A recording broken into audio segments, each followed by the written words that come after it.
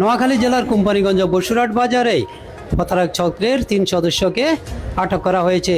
সাধারণ জনগণ তাদেরকে হাতে নাতে ধরেন এবং পরবর্তীতে তাদেরকে আটক করে তাদের জবানবন্দি সংগ্রহ করেন। আপনাদের এই যে ছাগল আটা বেড়াকের সামনে আছে না, এখানকার একটা লোকের কাছে আমি 6,000 টাকা আমার টাকার জন্য আসছি।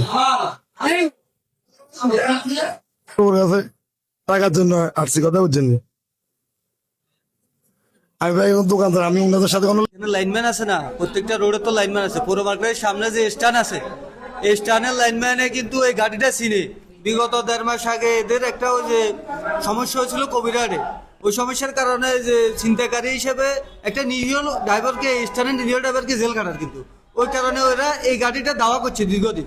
এরা কিন্তু গাড়িটা চিনে, এরা কিন্তু লোক চিনে না কেউ ওইখানে।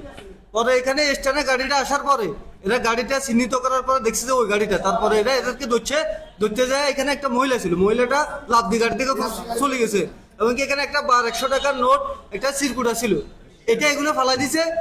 তারপরে কিছুক্ষণ পরে যখন এদেরকে আটক করছে, জিজ্ঞাসাবাদের পরে হঠাৎ করে পথচারী একজন যাইতে এটা দেখছে, এটা দেখে আনি সামনের একবার পরে এরপরে এরা স্বীকার করছে যে না, এটা এদের মূল ব্যবসা হয়েছে, এরা মূল পেশা, এরা স্বীকার করছে এই আর কি। আর এটা জিজ্ঞাসাবাদে সবকিছু স্বীকার করছে। এখন সবার মূল দাবি হচ্ছে যে একটা নিরীহ লোক এখানে এদের কারণে জেল কাটে, ও যাতে মুক্তি পায়, এই কথা। ঠিক আছে, দীর্ঘদিন যাবত, মনে হয় আজকে 1.5 থেকে 2 বছর যাবত আমরা এই সমস্যায় বুঝতেছি, কিন্তু আমরা এটা অনেক চেষ্টা করতেছি এদেরকে ধরার জন্য, পারি নাই। কিন্তু আমরা আজকে ওদেরকে হাতে নাতে আমাদের এই বসুরহাট স্ট্যান্ডে তাদেরকে ধরা হয়েছে। তাদের কাছে এই স্বর্ণের বার পাওয়া গেছে এবং তারা যে এই চক্রের সদস্য, তারা ইতিমধ্যে আপনার কাছে কি স্বীকার করছে।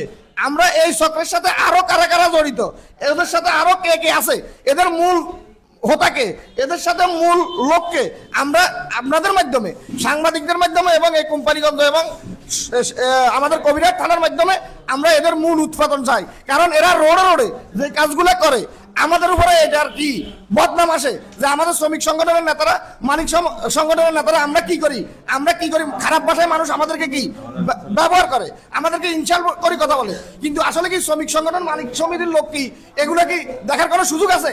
কোনো সুযোগ নেই। তাইলে এই সবদেরকে আমরা এই সবদের উপযুক্ত শাস্তি এবং এদেরকে যেন যাবজ্জীবন এরা যেন জেলে থাকে, এই ব্যবস্থা যেন আমাদের কোম্পানিগঞ্জ থানার ওসি করে, আমরা প্রশাসনের কাছে এই আহ্বান জানাচ্ছি। আর